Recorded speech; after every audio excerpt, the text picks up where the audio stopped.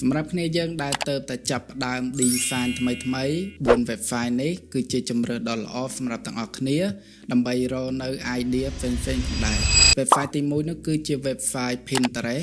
Pinterest គឺជា web file មួយដែលបណ្ដុំទៅដោយ artwork ស្អាតប្លែកដែល designer ជុំវិញពិភពលោកបាន upload នៅក្នុង web file នេះផងដែរ web file ទី2គឺជា web file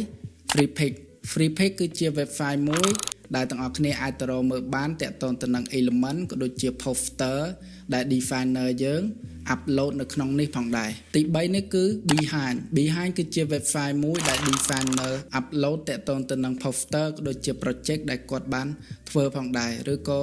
ទាំងអស់គ្នាអាចចងទៅជាស្នាដៃទាំងអស់គ្នាដើម្បីឲ្យ client ទាំងអស់គ្នាមើលឃើញផងដែរចំណែកឯទី4នោះគឺ